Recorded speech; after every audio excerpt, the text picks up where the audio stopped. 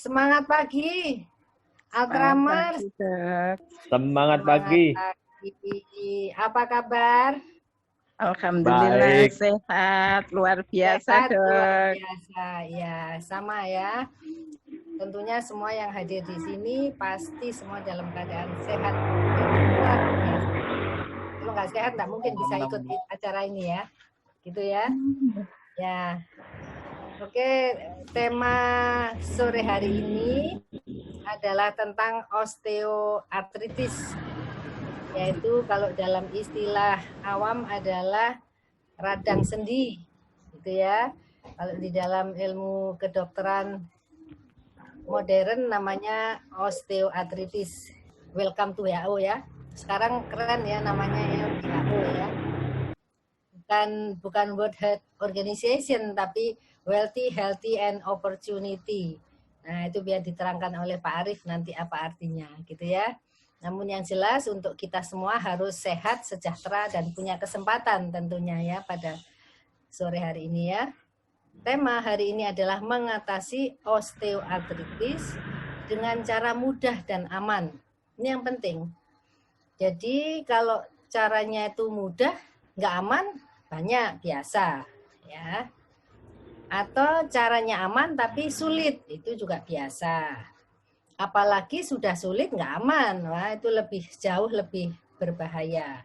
Dan ini yang sangat luar biasa pada sore hari ini, sudah caranya mudah, aman lagi. Nah ini tentunya yang pasti semua orang tuh kepinginnya seperti itu. Kalau ada mudah dan aman tuh semua orang pasti kepingin ya. Dan itu penting sekali bagi kita, bahwa cara yang mudah dan aman itu yang paling dicari orang saat ini. Apalagi di saat pandemi seperti sekarang ini ya, di mana masalah ekonomi juga sedang galau ya, kesehatan galau ya. Jadi tentunya orang ingin yang mudah dan aman gitu ya. Osteoartritis itu apa? Ini secara awam gitu ya, artinya secara umum bahwa osteoartritis ini adalah radang kronis ya tentunya ya. Kronis itu artinya bahwa radang ini sudah berlangsung lama ya. Lama dan seringkali timbul sakit tidak gitu ya. Sering kambuh kayak gitu. Nah, ini biasanya kronis kalau sudah ada kambuh seperti itu ya. Dan ini terjadi pada sendi ya. Kenapa? Karena ada kerusakan pada tulang rawan. Tulang rawannya adalah tulang muda kita, artinya tulang yang sangat fleksibel. Ya, disebut tulang rawan atau tulang muda karena tulang itu sangat fleksibel, artinya sangat lentur. Dia bisa bergerak-gerak gitu ya, yang menggerak-gerakkan tulang-tulang kita yang keras ini, karena tubuh kita ini kan disangga oleh tulang-tulang keras ya, supaya kita bisa berdiri tegak, bisa berjalan dengan baik. Itu karena tubuh kita ini disangga oleh tulang yang keras. Nah, supaya tulang yang keras ini kalau dibuat bergerak tidak sakit, maka ada tulang rawan yang menyambung. Nah, dan tulang rawan inilah yang melenturkan. Nah, tapi kalau tulang rawan itu sendiri mengalami radang, ya pasti kondisinya akan terasa sangat sakit ya. Dan tulang rawan ini banyak sekali berada di sendi-sendi. Di antara tulang keras dan tulang keras itu ada namanya sendi, yaitu yang dibantali dengan tulang rawan. Nah, akibatnya apa? Kalau tulang rawannya radang, pasti di daerah situ akan sakit, kaku, dan bahkan bisa terjadi pembengkakan. Nah, tulang-tulang rawan yang sering terkena adalah jaringan tangan, lutut, pinggul, tulang punggung. Nah, ini yang paling sering ya. Dan ini justru adalah daerah yang menyangga tubuh besar kita. Artinya tubuh kita ini berdiri tegak dan bisa berjalan dengan baik karena disangga oleh tulang-tulang dan pergerakan itu dibantu oleh sendi-sendi di daerah itu. Bayangkan kalau lutut kita satu lutut aja nggak bisa berjalan, pasti kita nggak akan bisa berjalan dengan baik. Satu lutut aja terasa sakit ya, pasti kita akan terasa sulit untuk berjalan. Apalagi kalau di daerah pinggul itu yang menyangga tubuh besar kita, wah itu akan semakin berat ya. Punggung juga kita tidak bisa berdiri dengan tegak ya, makan, tidur sakit, duduk sakit, ya, mau tengkurap sakit, berbaring sakit, semua sakit. Nah, inilah yang seringkali menyerang pada orang-orang yang sudah usianya, biasanya orang-orang yang berusia yang sudah mendekati usia manula. Namun kenyataannya tidak harus manula yang terserang. Bahkan yang masih muda, di mana tulang rawanya masih seharusnya masih bagus, bisa juga terkena. Nah, ini ya. Nah, mengapa? Ya. Karena penyakit ini, osteoartritis ini, ya, ini bisa terjadi di saat beriringan dengan keadaan aktivitas kita. Ya. Jadi dengan aktivitas yang kita kerjakan sepanjang hari, ini menyebabkan bantalan, ya, tadi yang saya sebut bantalan tulang rawan tadi ya, yang menyangga antara tulang keras dan tulang keras dengan tulang keras ya, ini ya, yang di tengah-tengah ini ya. Ya. Ini sendi, namanya sendi. Ya. Nah, ini ternyata mengalami kerusakan. Dan kalau mengalami kerusakan sudah bukan hanya yang rusak di daerah sendinya saja, ya, tapi tulangnya ini pun juga akan mengalami kerusakan. Ya, radang ini bisa menyerang di sini. Saya juga tidak bisa membayangkan ya rasanya seperti apa, karena ya sampai hari ini ya saya masih bisa menjaga osteoartritis itu dan tidak sampai mengalami hal itu. Jadi ya kalau bisa semua yang ada di sini jangan pernah mengalami ya. Kalau mengalami rasanya pasti sangat luar biasa ya. Jangankan ini tulangnya rusak, kita misalnya terbentur pintu gitu aja ya, tulang kita terbentur pintu ya, itu rasanya aja sudah sangat sakit sekali ya. Apalagi kalau sampai mengalami keradangan seperti itu ya. Ya, kalau ini sudah rusak, ini akan menyebabkan gesekan antara tulang keras ini dan tulang keras ini akan bergesek terus ya, karena ininya kan rusak ya bantalannya. Akibatnya apa? Keradangannya ini bisa sampai ke sini semua ya, bahkan ini bisa menjalar ke seluruh tulang-tulang ini. Dan ini akan semakin usia kita semakin bertambah, keadaan ini akan menjadi semakin parah. Kenapa? Karena usia kalau semakin tua ya, semakin bertambah usia, itu regenerasi sel-selnya itu akan menjadi lebih lambat dibandingkan orang yang masih muda. Ya. Jadi tidak bisa membentuk tulang-tulang baru. Sehingga pada orang-orang yang sudah usia tua ini jauh lebih parah keadaannya. Gitu ya. Nah, faktor-faktor apa aja yang dapat menyebabkan keadaan seperti ini? Ya. Pada orang yang berjenis kelamin wanita, ya terutama yang sudah menopause ya, karena ada hubungannya dengan faktor hormonal ya. Kalau menopause itu hormonnya sudah mulai berkurang ya, sehingga sedangkan hormon itu fungsinya juga salah satunya membantu pembentukan sel-sel baru ya. Kemudian orang yang mengalami obesitas atau kegemukan, berat badannya melebihi dari berat badannya seharusnya. Mengapa bisa menjadi salah satu faktor yang menyebabkan osteoartritis? Karena kalau terlalu berat badannya, sehingga tulang ini akan menyangganya juga berat. Ya, bayangkan tulang yang kecil seperti ini harus menyangga tubuh yang sangat besar. Lama-lama dia tekanannya kan terlalu berat, ya, karena tekanan terlalu berat sehingga sendi ini juga akan rusak. Kalau sendi rusak, maka tulang-tulang juga akan rusak. Kemudian orang-orang yang mengalami cedera, ya bisa jadi jatuh, ya, atau pernah operasi ya. Nah, ini juga hati-hati ya, apalagi kalau tidak dilakukan exercise atau latihan ya. Kemudian orang yang melakukan pekerjaan atau aktivitas fisik yang menyebabkan sendi tertekan terus-menerus. Misalnya terlalu sering menggunakan sepatu hak tinggi. Nah, ini saya dulu ya. Saya dulu nih paling suka menggunakan sepatu tinggi ya. Karena apa? Karena ya untuk menjaga performance saja sih sebenarnya ya, untuk menjaga apalagi kalau waktu itu saya jadi pembicara ya di muka umum, tentunya kan ingin punya performa yang bagus sehingga pakai sepatu hak tinggi. Nah, ini ternyata menyebabkan tekanan itu menjadi lebih berat. di daerah sendi-sendi, ya. Jadi atau orang-orang yang dari keluarganya itu memiliki riwayat osteoartritis, ya. Juga orang-orang yang menderita penyakit tertentu seperti rheumatoid arthritis, ya. Rheumatoid arthritis ini ada kaitannya dengan sistem imun dan hemochromatosis, ya. Ini adalah suatu kelainan, ya. Oke, saya lanjut ya. Nah, gejalanya ya pasti ada pembengkakan pada sendi. Kemudian kalau dibuat bergerak, ya dibuat gerakan baik itu sendi, tangan, siku maupun lutut, ya itu ada bunyi, ya. Jadi coba Bapak Ibu dicoba kakinya tuh lututnya digerakkan seperti mengayun gini ya. Nah, kalau ini ada suara klek klek klek atau kletek, nah itu berarti hati-hati, itu berarti sendinya sudah mulai nggak bagus, ya. Jadi saya sering di rumah itu ya kalau mau tidur itu saya coba sendi saya. Kalau ada bunyi, nah hati-hati ini ya. Dan kita harus segera melakukan pencegahan kalau seperti itu. Kemudian melemahnya otot dan berkurangnya massa otot.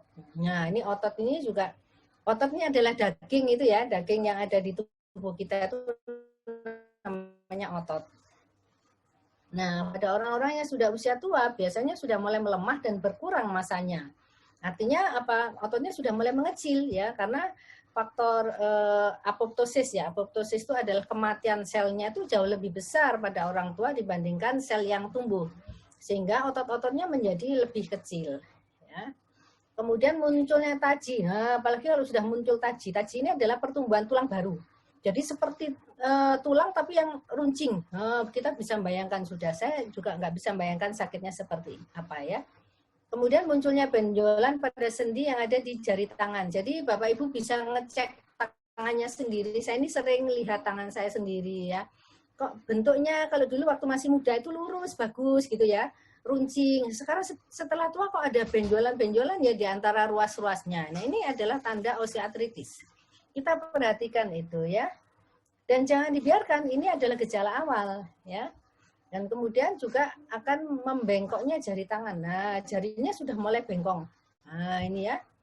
Nah, supaya tidak sampai terjadi penyakit yang jauh lebih parah, ya nanti kalau sudah sampai bengkak, ya saya punya pasien ya, padahal usianya masih muda, ini tangannya itu sudah nggak bisa bergerak, sudah bengkak-bengkak semua. Karena dia nggak tahu, ya cuma direndam sama air hangat, katanya kalau direndam air hangat enakan, tapi setelah itu sakit lagi ya, karena dia nggak tahu dibikinnya bengkak karena apa ya. Padahal ini adalah dari gejala osteoartritis, ya. Dan itu jangan dibiarkan ini karena ini akan bisa menyerang sampai seluruh tubuh. Kalau sudah sampai menyerang ke seluruh tubuh ini bahaya ya, karena ini juga merupakan salah satu dari klinis dari penyakit autoimun, gangguan pada sistem imun kita. Dan jangan dibiarkan ya, kita harus mulai mengadakan pencegahan gitu ya. Nah, bagaimana cara mencegahnya? Nah, ini yang paling penting ya. Nah, ini saya berikan gambaran ini saya kecilkan lagi dikit ya. Ya, ini ya.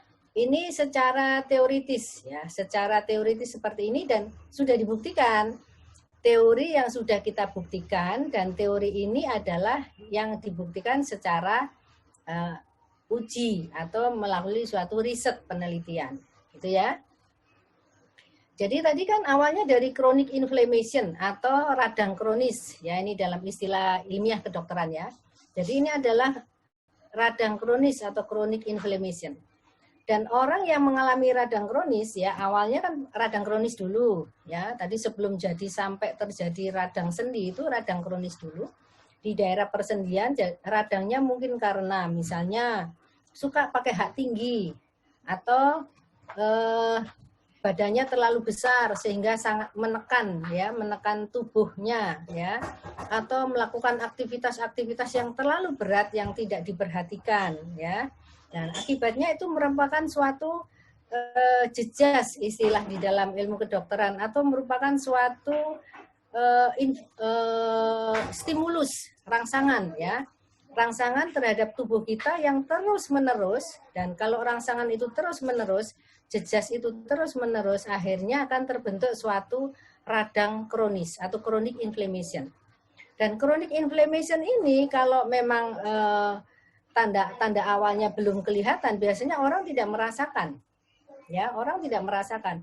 Walaupun harusnya orang tuh sudah harus mulai merasakan, seperti tadi saya katakan, mungkin ada di situ ada agak sedikit membengkak, ya misalnya di jari tangannya ini sudah mulai agak bentuknya mulai tidak bagus. Atau mungkin ada rasa nyeri kadang-kadang, jadi nyeri, hilang. Nyeri, hilang, kayak gitu ya. Saya ini kadang-kadang nyeri, tapi setelah itu hilang. Karena sudah hilang, orang tidak memperhatikan. Padahal itu adalah awal dari suatu chronic inflammation. Nah, kalau sudah seperti ini, jangan dibiarkan. Karena ini nanti akan berakibat menjadi iskemia. Iskemia ini di mana? Suplai darah ke daerah tersebut, ya misalnya ini di lutut, ya ini akan menjadi berkurang. Nah, padahal suplai darah ini merupakan sumber nutrisi dari tubuh kita. Nah, kalau sudah berkurang di daerah situ, iskemia ini tadi, menyebabkan nitric oxide atau ROS, ini adalah oksidan, ya. Jadi tubuh kita ini agak banyak oksidannya, bisa mengeluarkan oksidan dengan sendirinya. Atau nitric oxide ini adalah suatu zat yang dimana dia bisa menghancurkan. Nah, kalau ini keluar berlebihan, ya, dan terjadi metabolisme anaerob, ya. Ini adalah metabolisme di dalam tubuh anaerob, ya. Akibatnya apa? Akibatnya pada sel-sel endotel, pada sel pembuluh darah tadi, juga inos ini adalah antioksidan sebenarnya, itu tapi dia dinonaktifkan, ya, dinonaktifkan. Oleh karena seperti itu, akhirnya apa? Terjadi proinflamatori. Jadi namanya aja pro-inflamatori berarti radang, pro-inflammation. Nah, itu semakin meningkat. Pro-inflammatory cytokine atau enzim yang menyebabkan keradangan itu semakin tinggi. Nah, kalau sudah semakin tinggi, maka sel regenerasinya akan berkurang dan proses penyembuhannya juga berkurang. Itu kalau tidak diberikan pengobatan. Namun, ternyata setelah dilakukan riset, kita bisa membantu dengan memberikan Dr. Water. Pada saat itu risetnya kita pakai Dr. Water. Ya, mengapa pakai Dr. Water? Karena di Dr. Water ini punya antioksidan. Ya, yang pertama dia mempunyai antioksidan. Jadi bisa Dr. Water bisa menggunakan hydrogen water. Ya, kenapa? Karena hydrogen water juga mempunyai antioksidan. Nah, ini penting, ya.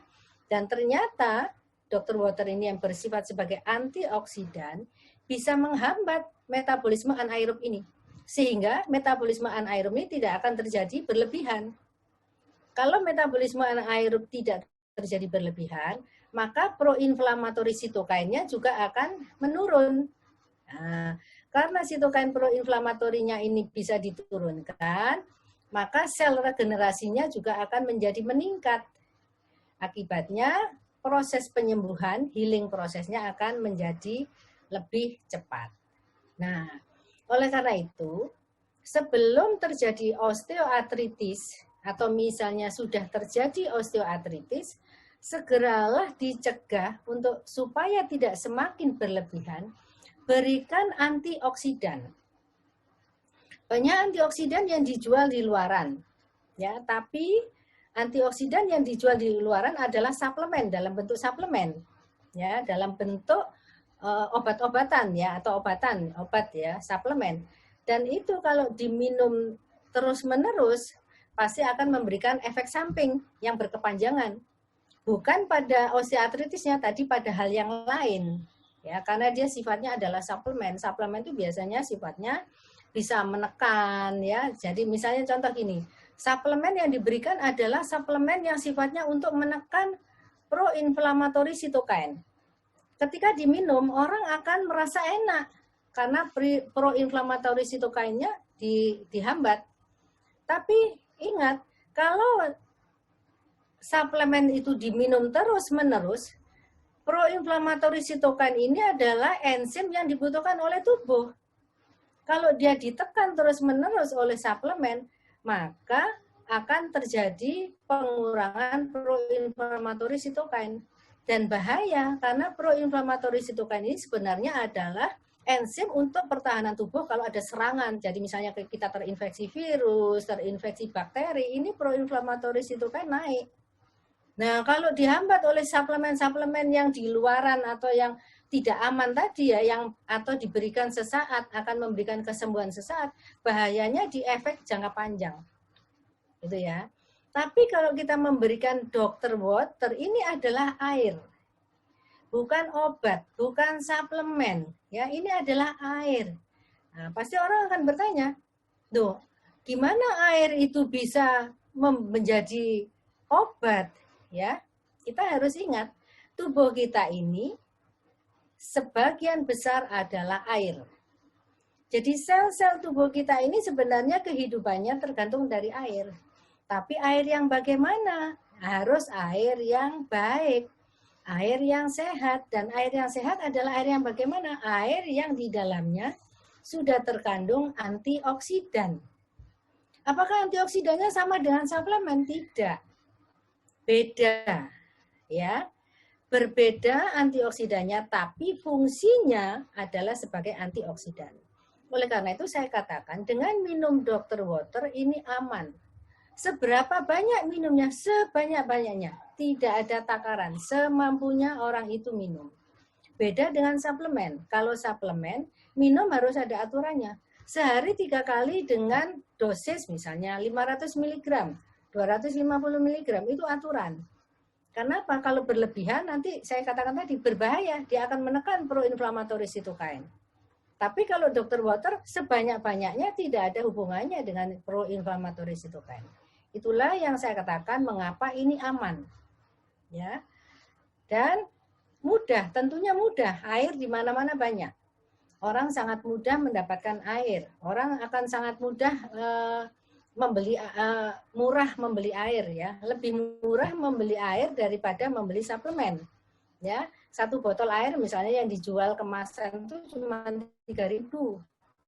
Kalau suplemen berapa? Suplemen pasti di atas 10.000 sekali minum kayak gitu ya, belum berapa kali seminggu. Nah, oleh karena itu saya katakan ini adalah mudah, murah dan aman seperti itu ya. Nah ini saya lanjutkan ya. Nah, apakah semuanya itu sudah didukung secara ilmiah? Tentu, saya juga nggak mungkin berani mengatakan kalau tidak ada dukungan ilmiah, ya. Dan dukungan ilmiah ini ada jurnalnya, ini mungkin agak saya besarkan lagi. Nah, ini adalah jurnalnya, ya. Nah, jadi kalau kita lihat ini adalah jurnal internasional, bukan jurnal yang hanya dikeluarkan lokal. Kalau internasional berarti sudah dibaca oleh orang seluruh dunia yang suka baca, ya. Artinya bahwa jurnal ini sudah diterbitkan melalui reviewer yang berlapis-lapis. Artinya kalau nggak benar nggak akan diterbitkan, ya. Dan ternyata memang bahwa air hidrogen, air yang kaya dengan hidrogen rich water atau air yang kaya dengan hidrogen atau antioksidan ini dapat ya menghambat kerusakan cartilage atau tulang rawan tadi ya pada percobaan rat atau tikus ya yang mengalami osteoarthritis dengan cara by inhibiting oxidative stress matrix catabolism and apoptosis yang tadi saya katakan. Yang tadi sudah saya riset saya tadi ya, ini adalah inhibiting oxidative stress, itu tadi yang hasilnya adalah ROS dan nitric oxide. Ya, sebelumnya saya sudah melakukan penelitian sebelum ini keluar. Kemudian ternyata didukung oleh penelitian yang ini baru keluar tahun sekitar 2017 kalau nggak salah. 2017 atau 2018 ini ya, bentar, nggak kelihatan ya.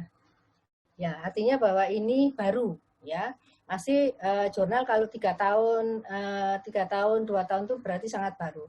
Dan saya melakukan penelitian itu sudah 6 tahun yang lalu, 5-6 tahun yang lalu, dan hasilnya tetap sama. Ya, ternyata hasilnya tetap sama bahwa air yang dengan kandungan antioksidan tinggi atau hidrogen ternyata bisa menghambat kerusakan dari tulang rawan ya pada binatang coba yang mengalami osteoartritis ya. Memang dalam penelitian itu etisnya harus melakukan pada binatang coba, kemudian kalau sudah baru diterapkan pada manusia. Nah, ini ya. Jadi ternyata memang benar ya. Ini penelitiannya ya, dan boleh nanti kalau tidak percaya boleh dibaca ya di jurnal tersebut ya. Silakan ya. Juga Oh ini ya, jadi selanjutnya ya, tadi bukti ilmiah.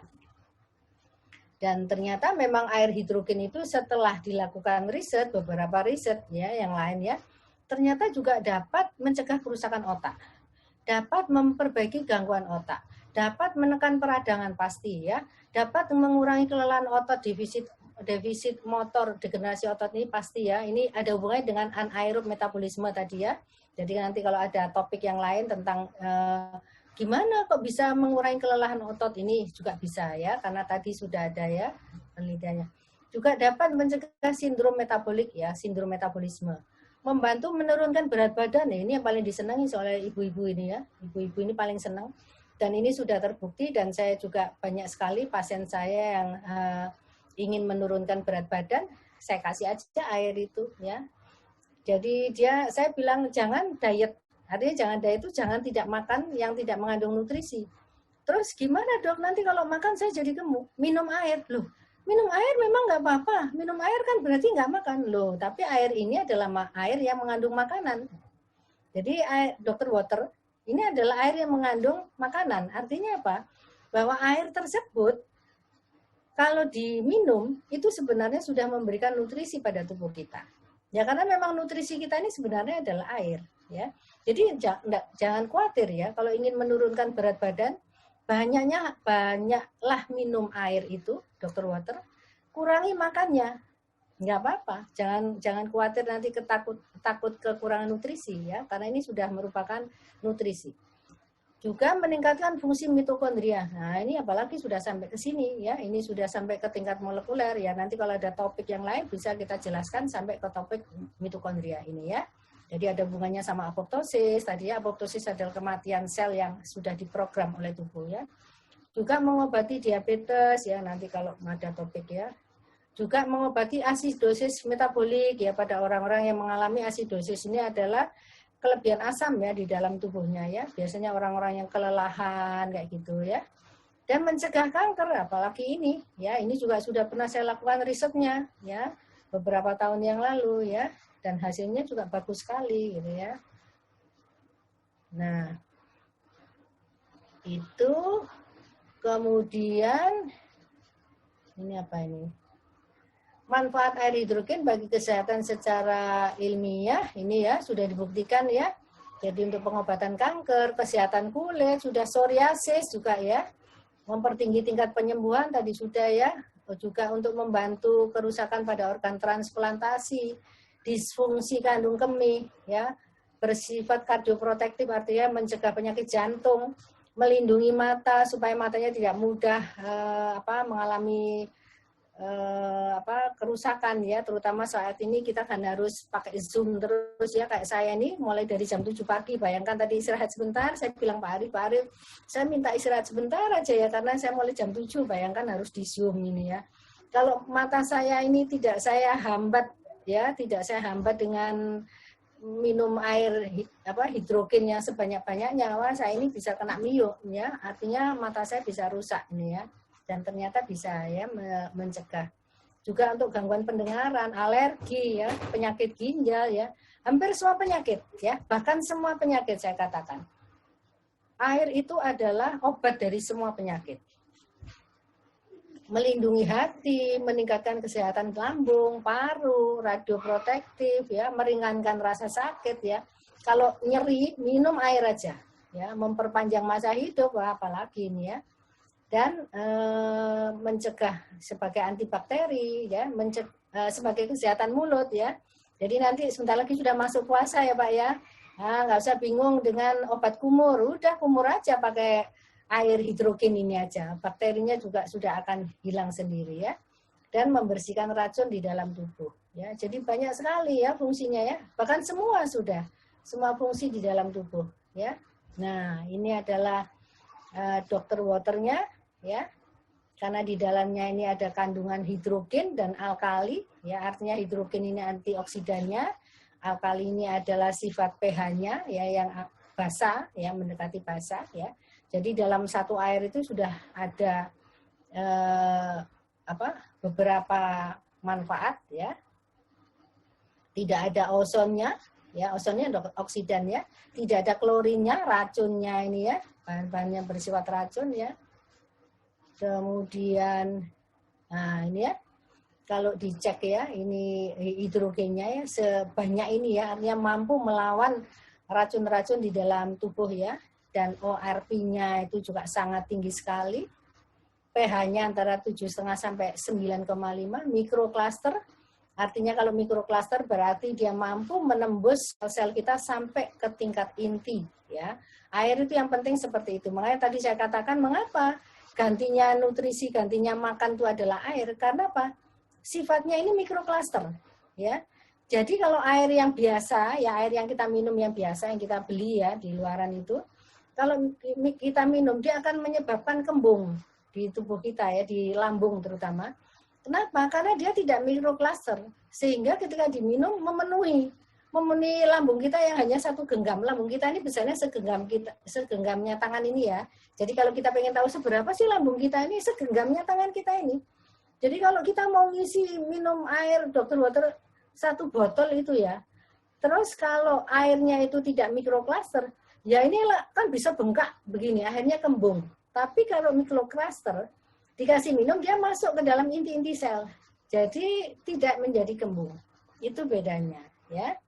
Jadi mikrokluster ya. Kemudian,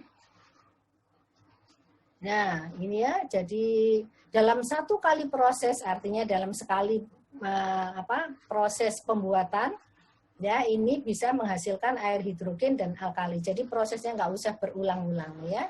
Dan juga bisa dipakai untuk inhaler. Nah, inhaler untuk dimasukkan ke dalam hidung dan sebagai inhalernya ya.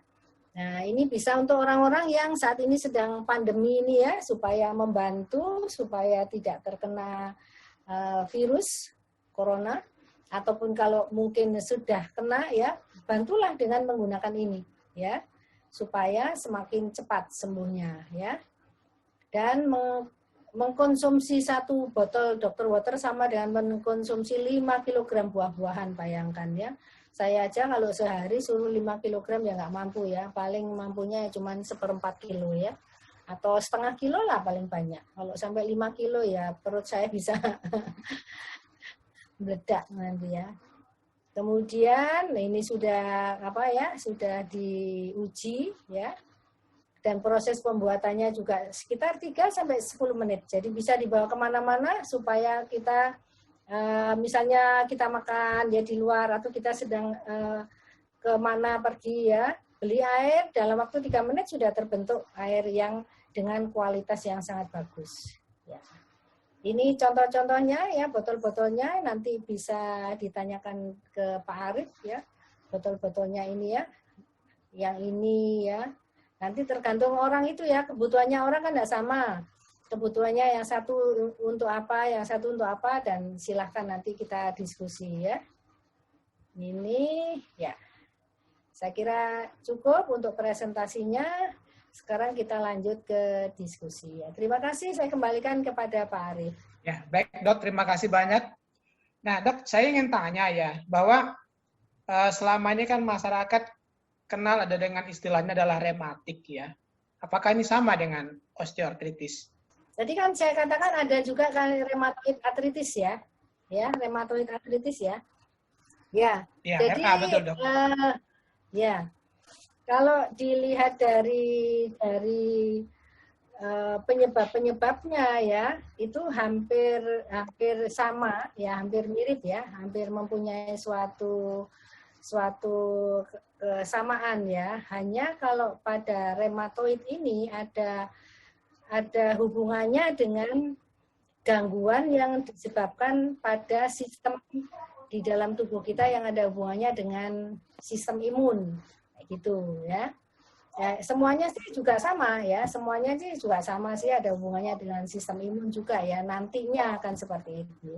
Tapi awal-awalnya ya, dan gejalanya juga hampir sama ya dengan rheumatoid arthritis ya. Ya.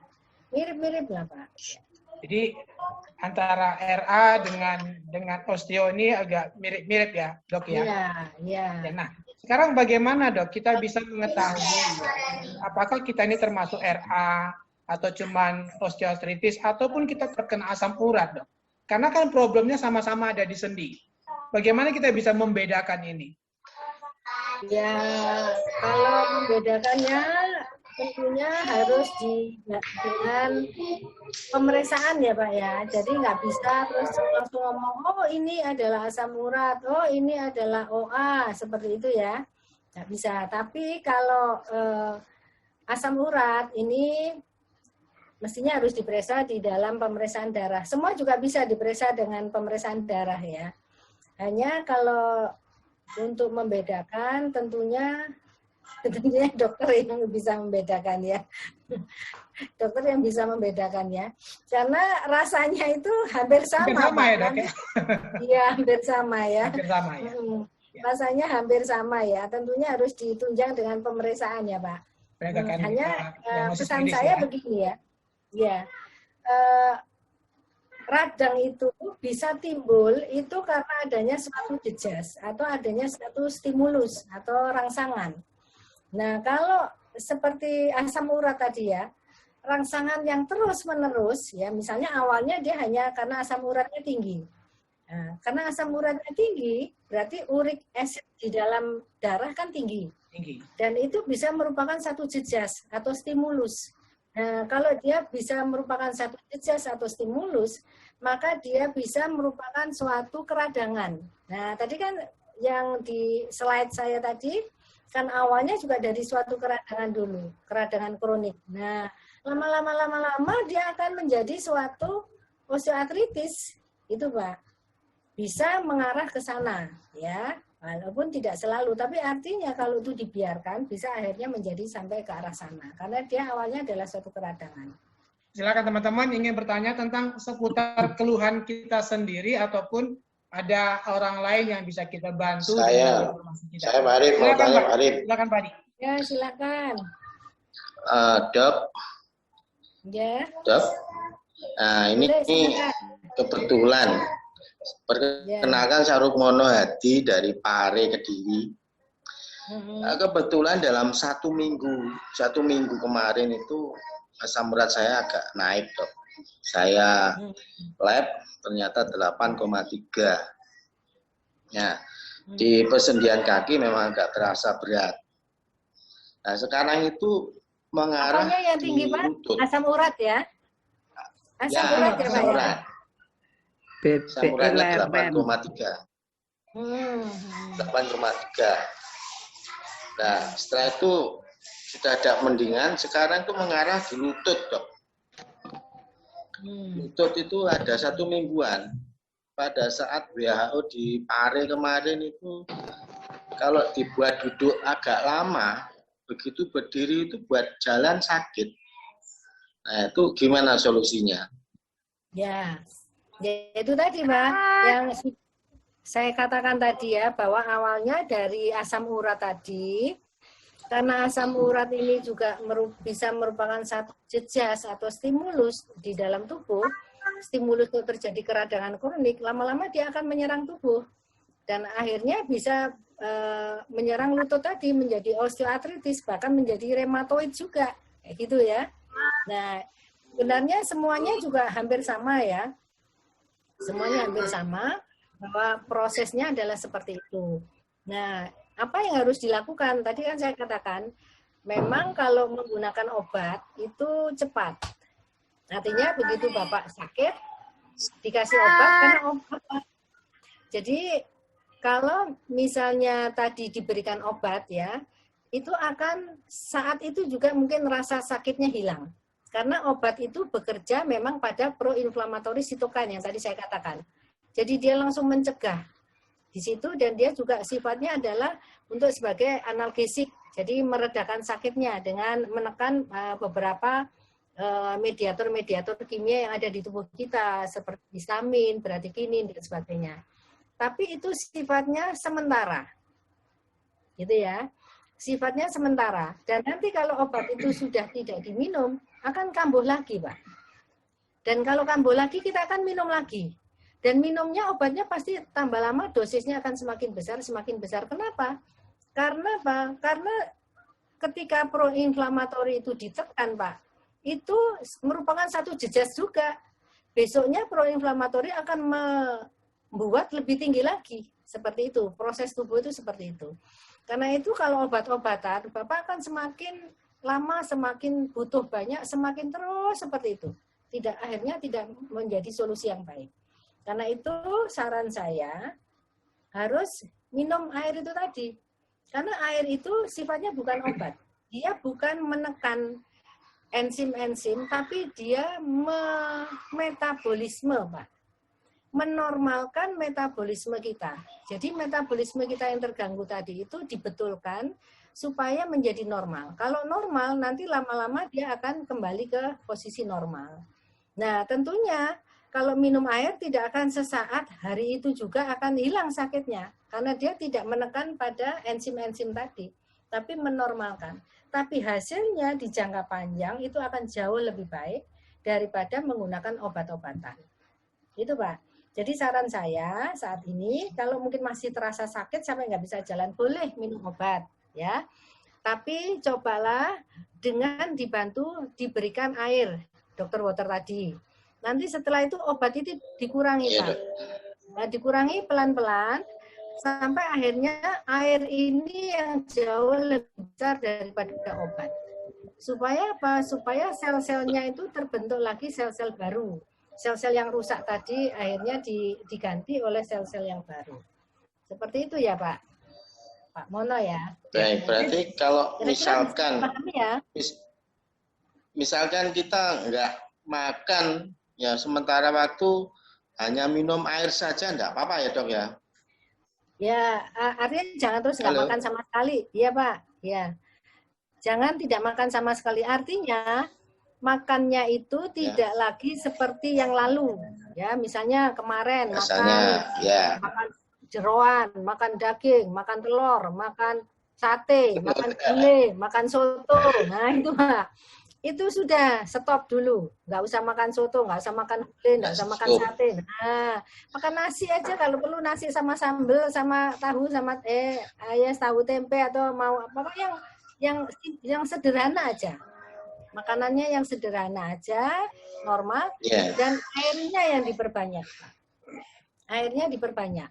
Nah, kalau airnya diperbanyak nanti Bapak pasti akan sembuh, Pak. Ya, itu maksudnya. Mungkin ilustrasinya lebih kurang ya, Dok ya. Ya. Seperti kita mencuci ya, Dok ya.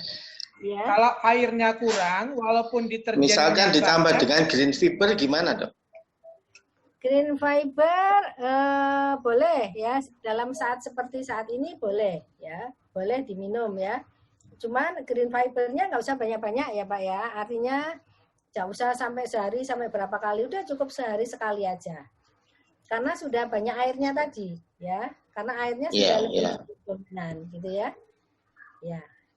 Siap. Terima kasih, Dok. Ya, gimana Pak Arif? Ya, ilustrasinya mungkin lebih kurang begini ya, Dok. Seperti halnya kita mencuci ya, walaupun deterjennya banyak, kalau airnya kurang, tetap cucian kita nggak bisa bersih ya, Dok. Ya. Nah, jadi kita butuh air yang lebih banyak karena memang kebutuhan kita sangat besar terhadap air sebetulnya. Saya mau tanya, Dokter. Ya. Bu Nancy ya. Iya, salam kenal, Dokter. Ya. Terima kasih kesempatannya. Dari mana, Dok, Bu Nancy? Saya dari Dumai. Oh, Dumai, jauh sekali ya. Iya, tapi kan ada Zoom sekarang. Ya, enak ya sekarang ya, deket ya. Iya. Silakan Bu Nancy. Ya, ada dua pertanyaan. Yang pertama, saya tadi dokter ada menjelaskan tentang penelitian yang dilakukan oleh peneliti dari luar. Dan kemudian dokter juga ada memaparkan bahwa dokter juga pernah melakukan penelitian sebelum itu. Ya, jadi saya ingin juga dokter memaparkan penelitian yang dilakukan oleh dokter sendiri. Itu seperti apa? Artinya gini, kalau kita mengetahui atau mengenal orang yang melakukan penelitian itu, otomatis kan merasa ada semacam ikatan ya dokter ya. Seperti artinya saya kan kenal nih sama dokter, meskipun dokter nggak kenal saya. Jadi saya bisa bilang nih bahwa dokter Tere, Profesor Dokter Tere, yang di Surabaya itu juga pernah melakukan penelitian seperti ini, kan begitu. Jadi saya nanti mohon share penelitian yang pernah dokter lakukan, jika berkenan ya dok. Ya, jadi artinya mau minta share penelitiannya. Iya. Gini, karena penelitian saya itu kan penelitiannya laboratoris ya. Kemudian setelah itu dilakukan publikasi ya. Jadi kalau ingin tahu ya baca publikasinya aja, gitu ya. Jadi saya tidak mungkin memberikan gambar-gambarnya, gitu ya. Jadi kalau seperti gambar-gambarnya sih waktu itu hanya saya tunjukkan hanya ke aja kepentingan untuk Altram aja ya. Tapi hasilnya itu ada di publikasi ya. Publikasi dan publikasinya harus buka publikasinya, gitu ya. Coba nanti buka publikasinya tentang hubungan kencing manis ya, diabetes dengan air. Waktu itu saya tidak boleh menyebut merek ya, karena ya. Kalau nggak salah saya sebutkan air alkali. Air alkali ya waktu itu. Kemudian juga saya publish juga kanker ya dengan air, saya lupa ya, nanti saya coba, kan udah lama ya itu ya. Nanti beberapa ya publishnya, atau coba cari nama saya, nanti akan keluar itu ya di Google, cari jurnalnya Teresia Indah Budi gitu ya, itu akan keluar banyak sekali punya saya, dan itu coba dilihat ya. Dan itu saya biasanya sama mahasiswa ya, karena kalau untuk publikasi tidak harus murni dengan saya, karena saya mesti kalau mengerjakan bersama dengan mahasiswa, jadi mahasiswa supaya punya nama juga, jadi ada nama mahasiswanya. Tapi ada nama saya juga. Itu yang pertama dok. Terima kasih. Kemudian yang kedua begini dok, proses penyembuhan suatu penyakit itu kan sangat erat kaitannya dengan regenerasi sel ya dok ya, terutama kalau seandainya kita memang menggunakan terapi air hidrogen. Jadi artinya gini, orang yang usia lanjut dengan orang yang usia yang masih produktif tentu berbeda, butuh waktu yang berbeda dalam proses penyembuhan penyakit. Nah, yang ingin saya tanyakan, kalau di lapangan itu kan kita sering menemukan orang-orang tua yang memang sudah dalam arti kata, dalam tanda kutip itu terlambat untuk dilakukan terapi air hidrogen karena memang faktor usianya itu sudah lanjut dok gitu. Kadang-kadang kita dilemanya itu di situ, bagaimana? Artinya gini, poinnya adalah kira-kira batas usia yang berapa rata-rata orang bisa dilakukan suatu tindakan penyembuhan penyakit. Seperti itu dok, kira-kira prosentasenya itu berapa persen lah kalau untuk orang usia lanjut gitu dok? Ya. Jadi gini, sebenarnya pertanyaannya bukan di usia, tapi seberapa parah penyakitnya. Gitu ya. Walaupun sudah tua, kalau penyakitnya nggak terlalu parah, itu pasti akan lebih cepat diobati daripada orang yang masih muda, tapi penyakitnya sudah parah. Memang faktor usia ini adalah berhubungan dengan faktor regenerasi sel. Jadi tadi kan Bu Nancy sudah mengatakan, kalau regenerasi selnya lebih bagus, berarti kan proses penyembuhannya lebih bagus. Ya, betul. Jadi kalau misalnya kita buat suatu riset ya, gitu ya, penyakit keparahannya sama, ya. Yang satu usia muda, yang satu usia tua. Mana yang lebih cepat? Pasti yang usia muda. Karena sifat regenerasi selnya jauh lebih cepat pada usia yang tua. Tapi kalau penyakit keparahannya, yang usia muda penyakitnya lebih parah, yang usia tua penyakitnya tidak parah. Mana yang lebih cepat? Pasti yang lebih tua usianya. Jadi gitu ya. Jadi tergantung tingkat keparahan daripada penyakit tersebut. Sedangkan faktor host atau faktor individu itu adalah faktor yang sifatnya predisposisi, artinya faktor yang membantu, ya, faktor yang membantu untuk terjadi penyembuhan. Jadi bukan faktor utama. Faktor utamanya adalah pemberian terapinya. Jadi kalau diberikan terapi yang baik dan benar, hasilnya akan lebih bagus. Gitu ya. Makanya yang lebih penting adalah tadi ditanyakan sampai seberapa banyak kita memberikan orang tua, sebanyak-banyaknya, ya. Orang tua dengan orang muda pasti berbeda, ya, gitu ya. Jadi kalau orang tua misalnya dia hanya mampu minum air sehari 1 botol, misal ya, hanya misalnya 600 mili. karena terkait dengan faktor ginjalnya misalnya ya. Jadi dia hanya mampu minum 1 botol. Nggak masalah, asalkan dia minum terus secara rutin, ya seperti itu. Daripada sudah usianya tua, tidak diberikan terapi apa-apa. Seperti itu ya. Tapi kalau orang yang masih muda, yang masih kuat ya, dia misalnya bisa minum 3 botol, 4 botol, silakan. Ya. Karena air ini tidak ada efek sampingnya. Jadi boleh diminum sampai usia berapapun ya, dan sebanyak berapapun. Ya, memang sih ada aturannya. Ada aturannya, setiap kilogram berat badan itu paling tidak minum sebanyak 50 sampai 50 mililiter. Ya, itu aturannya seperti itu. Tapi aturan ini tidak sekaku itu. Artinya boleh lebih dari itu nggak masalah kalau masih usia muda. Gitu ya. Kalau usia yang sudah tua memang akan menjadi kurang karena fungsi ginjalnya itu sudah mulai menurun. Biasanya tidak akan sanggup minum sebanyak-banyaknya. Gitu ya. Kira-kira kalau seperti itu Bu Nancy bisa dipahami?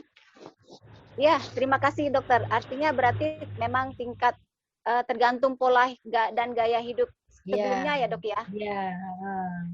Jadi tergantung dari keparahannya juga tergantung dari gaya hidupnya, juga tergantung dari faktor individualnya seperti itu ya. Ya, jadi kan kalau banyak yang kita ketemu di lapangan itu kan kalau orang yang sudah usia lanjut itu mereka cenderung kepada kepasrahan gitu kan dok, ya faktor usia. Jadi harus kitanya yang kuat memotivasi mereka kan begitu kan dok? Iya, jadi kalau misalnya yang sudah usia itu ya diberikan motivasi yang baik, Bu. Ini bukan obat karena orang itu selalu menganggap air ini obat. Jadi yang seringkali yang saya temukan pada beberapa Alzheimer ya yang menanyakan ke saya, dok ini pasien saya ini sakit dan dia sudah minum Dr. Water, tapi kok nggak sembuh-sembuh loh. Maksudnya tidak sembuh itu bagaimana? Saya gitu. Keluhannya masih ada. Nah, keluhannya masih ada, tapi berkurang atau tidak? Iya berkurang. Nah, itu berarti proses menuju sembuh. Jadi jangan seperti kita minum obat. Kalau obat saya pusing, saya minum, nyebut merek enggak apa-apa ya, Paramex karena udah biasa, langsung hilang pasti pusingnya. Kenapa langsung hilang? Karena obat ini cara bekerjanya menekan pada sistem sakit kita. Jadi memang Paramex cara kerjanya begitu. Jadi begitu diminum hilang. Tapi bukan berarti penyakit saya hilang. Hanya bersifat sementara aja menghilangkan gejala pada saat itu. Beda dengan kalau kita minum air ini tadi. Kalau minum air ini, misalnya kita pusing ya, minum, kok masih ada pusingnya, terus saja minumnya. Tapi kan pusingnya berkurang, iya. Nah, itu artinya proses. Proses untuk menuju baik, seperti itu. Jadi minum ini harus rutin. Jadikanlah minuman ini, ya memang minum ini kan sebenarnya adalah faktor kebiasaan kita juga. Jadi jadikanlah minuman kita ini menjadi minuman yang baik dengan minum air Dr. Water atau minum air hidrogen. Kenapa? Karena dengan minum air Dr. Water dan minum air hidrogen sama dengan kita menjaga tubuh kita agar selalu dalam kondisi normal. Jadi kita ini sudah membentengi tubuh kita dengan air hidrogen atau air Dr. Water dari semua serangan-serangan, baik itu virus, bakteri, dan sebagainya, ini sudah dibentengi. Seperti itu. Jadi bukan obat. Seperti itu ya. Jadi bedanya di situ. Jadi nanti kalau ke pasien, jelaskan pada orang-orang yang sudah tua. Misalnya kadang-kadang kalau orang tua minum, ini sudah minum bolak-balik, kok tetap aja ya masih sakit ya. Karena minumnya baru sehari, minta langsung sembuh, nggak bisa. Baru 2 hari juga nggak bisa. Ya, karena prosesnya, apalagi kalau sakitnya sudah lama. Ada orang yang sakitnya sudah bertahun-tahun baru minum 2-3 hari minta sembuh, tidak mungkin. Ya, itu sangat tidak mungkin ya. Dengan keparahan penyakit yang sudah parah, untuk kembali ke normal pasti perlu waktu yang panjang juga. Ya, jadi kita untuk mengembalikan ke normal perlu waktu yang panjang dan ini harus dimotivasi. ya, dimotivasi oleh Alzheimer ya. Ini ada cat ya, ada cat yang banyak.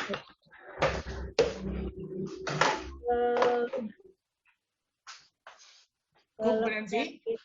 Itu ada dari Bu Wiwin, penyakit tiroid. Maksud tiroid, penyakit apa ya? Tulang. Salah penulisnya, jadi saya juga ini nggak tahu merek penyakit, nama penyakitnya. Gondok, Dok, mungkin yang dimaksud. Oh, gondok. Iya. Gondok itu juga, Ya. Bu Wiwin mana Bu Wiwin ya? Iya. Mungkin Bu Wiwin bisa menyampaikan ya? Saya juga mau tanya, Dok. Ya, siapa? Bu siapa? Saya Sutira, Malang. Oh, sebentar, ini punya saya, ini saya gerak-gerakkan malah hilang Ya. ini. Ya, Bu Sutira, silakan mau tanya apa? Saya dulu pernah ngalamin kecelakaan sepeda. Kaki saya sampai sekarang kan sakit. Sakit apa Bu Sutira? Kaki saya. Setiap 1 bulan sekali pasti ada sakit. Sakitnya bagaimana?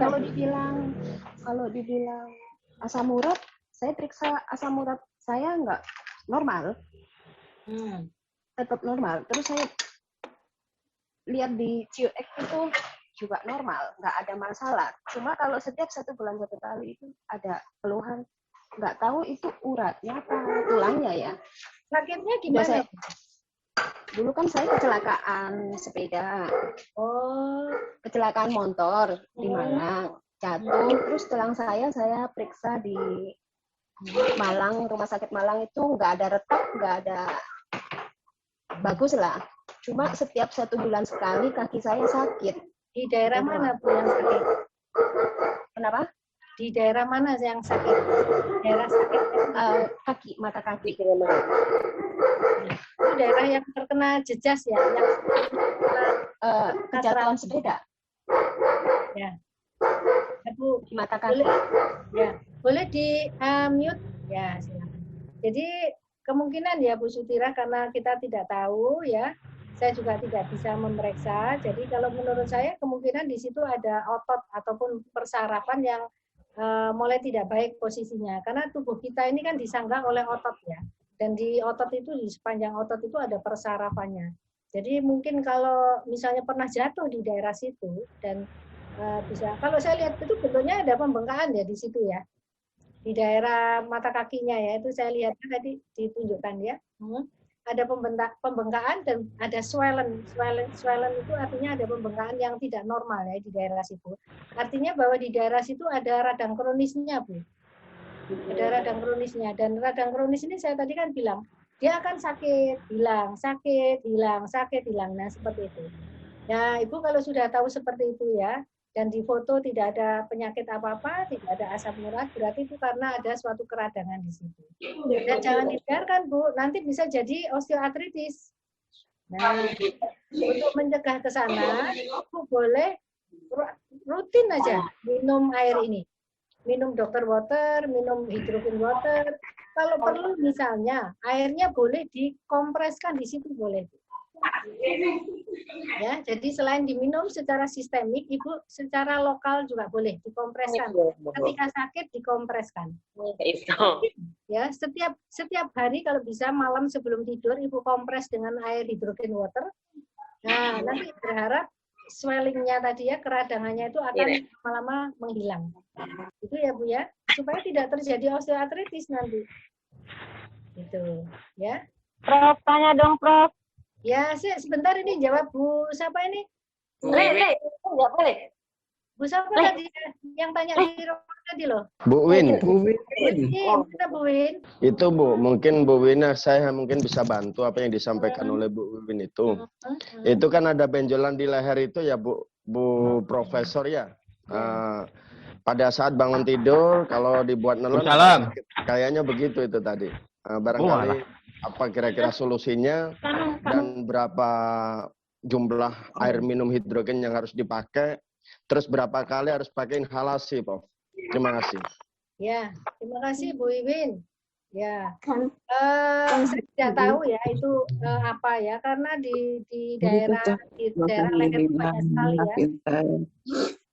karena di daerah leher kita ini sebenarnya ini penting sekali ya, karena di leher itu juga pusat dari kelenjar getah bening ada di sana ya, sistem limfatik kita ada di sana, pembuluh darah besar juga ada di sana ya, kemudian tiroid kita yang merupakan cikal bakal dari hormonal kita ada di sana, yang artinya bahwa kalau kita mengalami suatu gangguan itu biasanya leher ini akan paling lebih dahulu akan nampak ada pembengkakan. Jadi kalau misalnya mungkin waktu setelah bangun tidur baru bengkak, tapi kemudian setelah itu nanti akan berkurang ya. Ini saya menduga ada beberapa hal yang dugaan saya. Satu bisa jadi karena faktor sistem imunnya ya. Jadi mungkin sistem imunnya juga tidak bagus ya. Yang kedua juga mungkin sistem hormonalnya juga mungkin tidak bagus. Yang ketiga ada kemungkinan adanya suatu perubahan gangguan pertumbuhan di sana. Dan ini jangan disepelekan, ya, jangan disepelekan. Artinya jangan dianggap biasa, wong ini sudah bertahun-tahun seperti ini, ya. Sekarang masih tidak memberikan gejala yang parah, tapi kalau dibiarkan akan menjadi lebih berat. Dan untuk mencegah supaya ini menjadi normal, kan tadi Dr. Water ini bisa menormalkan metabolisme. Nah, berarti pada Bu Wiwin ini ada gangguan metabolisme. Berarti supaya kembali ke normal, banyaklah minum air. Berapa banyak? Sebanyak-banyaknya. Saya nggak tahu Bu Wiwin usianya berapa, ya. Jadi kalau memang Bu Wiwin bisa minum sehari sampai 3-4 botol, ya nggak apa-apa. Minum 3-4 botol, kalau mampu. Ya, minum sebanyak-banyaknya. Berapa inhalernya yang bisa? Minimal inhalernya 3 kali sehari. Ya, minimal 3 kali sehari dilakukan rutin. Rutin ya, karena saya tidak tahu penyebabnya apa, tapi kalau sudah ada gangguan benjolan di daerah leher ini harus berhati-hati ya, karena sistem limfatik kita ada di sini, ada di daerah leher ya, dan itu jangan dibiarkan. Nanti kalau sudah sampai lebih parah lagi, kalau sudah parah sebenarnya sulit diatasi ya. Lebih baik kita mencegah, karena kita sudah tahu bahwa Dr. Water bisa untuk mencegah, lebih baik lakukan pencegahan. Saya punya pasien yang usianya sudah 65, itu sekarang sudah mulai baik. Tapi saya ngerawatnya juga lama, tidak langsung ya, sekitar 6 bulan. Baru terjadi pembengkakannya mulai menurun. Ya, kalau pasien saya itu tumor sudah. Ya, tapi bisa hilang, ya. Artinya bahwa jangan dibiarkan ya, begitu ya. Itu saya kira Bu Wiwin. Ya. Silakan yang lain, tadi masih ada chat lagi dari Dokter. Ya. Assalamualaikum, Dok. Mau Ya. tanya boleh, Dok? Boleh. Ada yang tanya itu Susi juga ada tuh ya.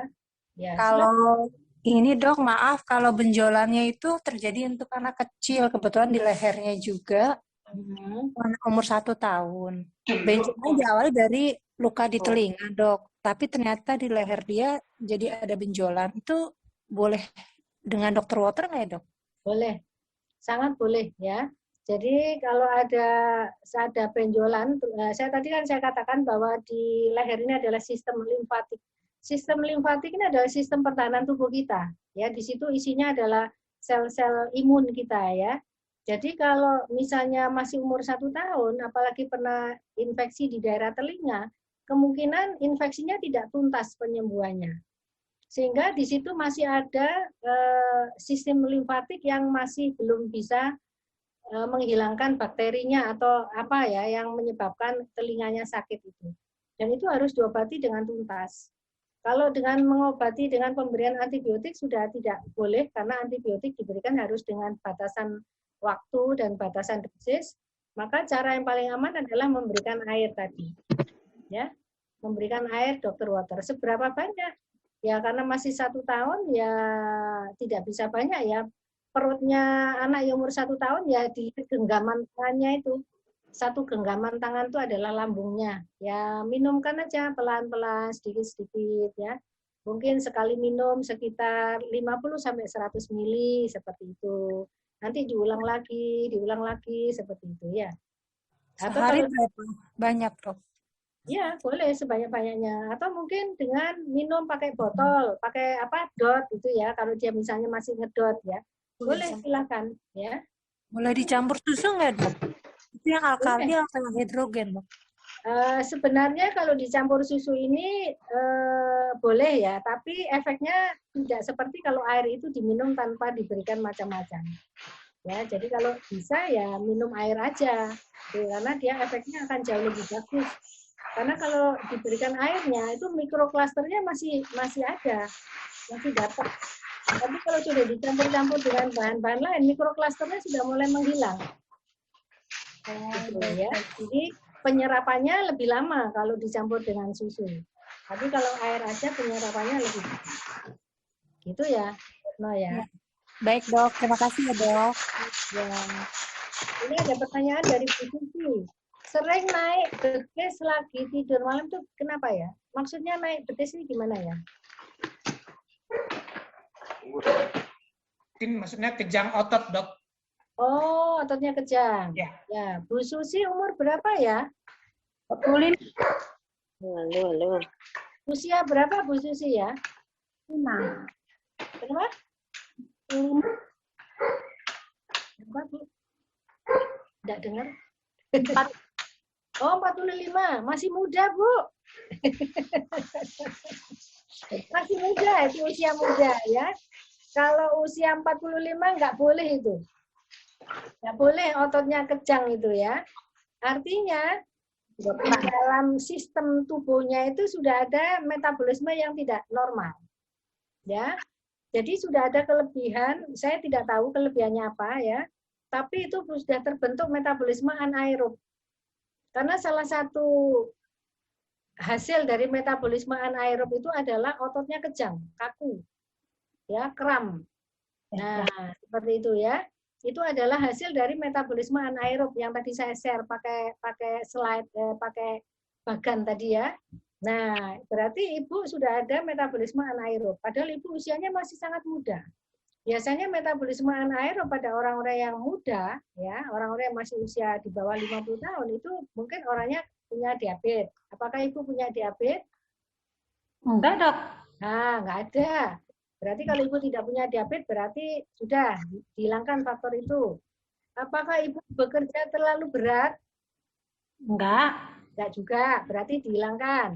Apakah ibu kurang tidur? Bisa jadi. Nah, oh ya. Ya. Jadi faktor-faktor itu harus dicari ya, Bu ya. Kalau sudah ketemu faktornya, oh ternyata saya kurang tidur. Kenapa? Karena orang yang kurang tidur itu metabolisme anaerobnya akan naik. Nah, berarti Ibu harus tidurnya cukup. Dan juga untuk mencegahnya supaya tidak semakin parah, karena kalau dibiarkan akan menjadi penyakit yang macam-macam nanti Bu, ya, akan menjadi penyakit yang bukan cuma osteoartritis, tapi penyakit yang lainnya, ya, radang di tempat-tempat lain. Nah, supaya tidak menjadi seperti itu, berarti Ibu harus rajin minum air Dr. Water atau hidrogen water. Ya. Seberapa banyak? Sebanyak-banyaknya Bu, Ibu masih muda. Ibu kalau masih muda mau 3 liter, mau 4 liter saya izinkan sudah. Semampu Ibu. Ya, gitu ya. Ya, nanti kalau sudah dari sini Ibu Susi sudah tidak boleh lagi betisnya sakit kalau malam ya. Ya. Yang lain silakan. Ini coba saya buka chat yang lain ya. Itu tadi Bu Wiwin sudah. Dosis untuk orang yang sudah cuci darah seminggu 2 kali. Dari siapa ini ya? Karena ini sudah chatnya sudah naik ya. Jadi kalau sudah cuci darah seminggu 2 kali itu artinya bahwa fungsi ginjalnya sudah tidak baik ya. Kalau fungsi ginjal sudah tidak baik, kita tidak boleh memaksa terlalu berlebihan ya, karena ginjal ini adalah organ yang sangat vital untuk tubuh kita karena fungsinya dia adalah untuk filter atau menjaga supaya semua sistem metabolisme di tubuh kita ini menjadi normal. Jadi kalau sudah 2 minggu sekali, berarti fungsinya sudah sangat tidak baik. Artinya bahwa dia harus selalu dibersihkan, tapi jangan merasa putus asa ya, artinya aduh kalau sudah 2 kali seminggu ya berarti saya sudah parah ini, tidak usah putus asa, karena tidak ada yang tidak bisa diobati ya, semua penyakit bisa diobati ya. Jadi berapa banyak ginjal kita ini hanya mampu menampung satu hari itu, kalau yang sakit, itu hanya sekitar 60 ml atau 600 cc. Satu botol itu ya, satu botol kalau kita beli kemasan 600 cc itu ya, hanya bisa menampung itu. Jadi ya segitu aja yang diperbolehkan. Itu pun kalau misalnya juga harus makan dengan minum sup atau sayuran atau apa ya, itu juga sudah termasuk cairannya. Karena itu untuk yang sakit ginjal mungkin harus pelan-pelan ya, nggak boleh terlalu berlebihan ya, pelan-pelan aja. Artinya semakin lama semakin membantu dengan harapan nanti mungkin 2 kali seminggu. Besok dia lama-lama akan menjadi 1 kali seminggu. Terus lama-lama akan menjadi 2 minggu sekali. Nah, lama-lama 1 bulan sekali seperti itu ya. Jadi harus bertahap. Nggak boleh berharap itu seperti seperti sulapan ya. Artinya sekarang minum besok sembuh gitu nggak bisa ya. Jadi ditelateni dulu ya. Yang tadi ya, yang ginjalnya ada gangguan fungsi tadi ya.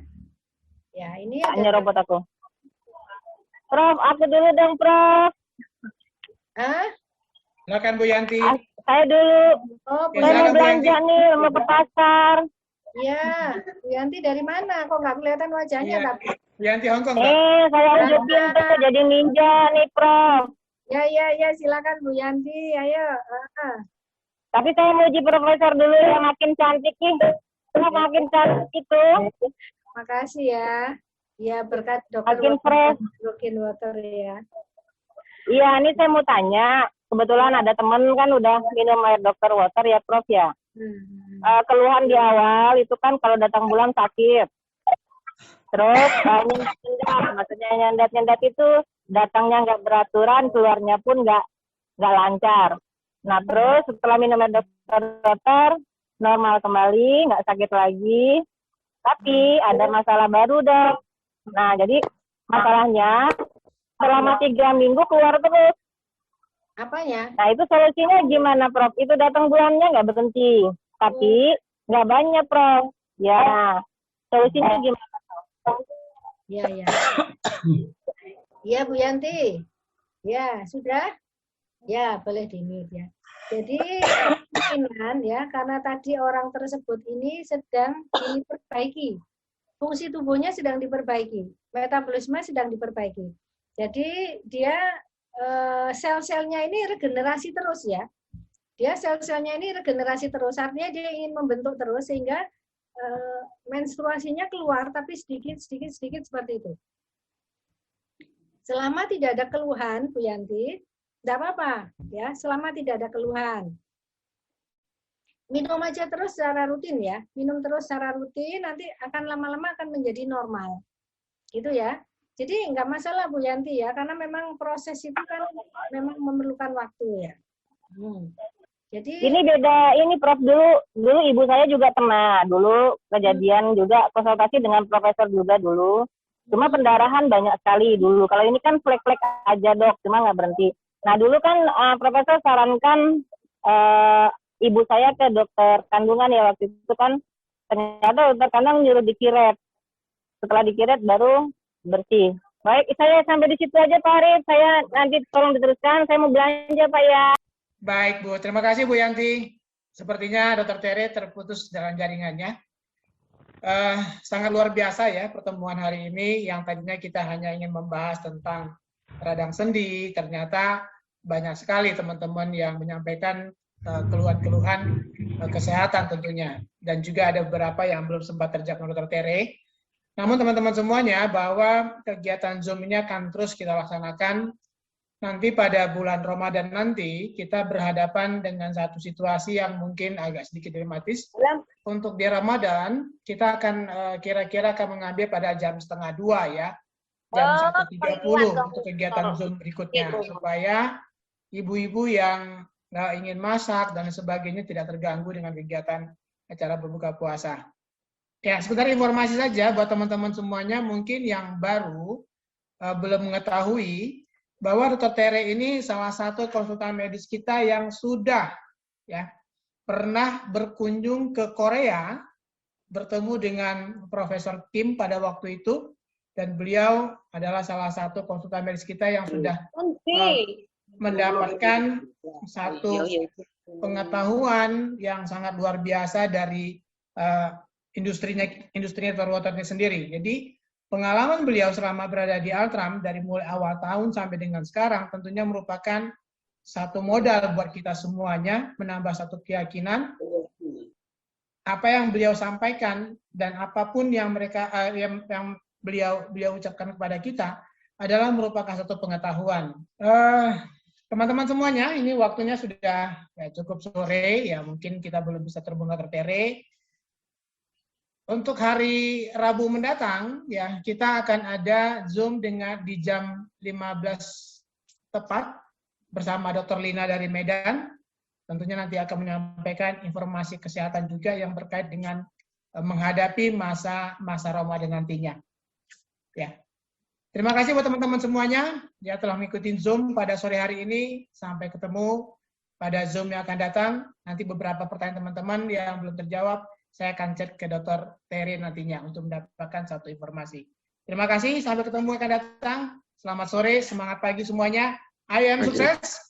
I am yes. Yes, I am. I am sukses. Yes, I am.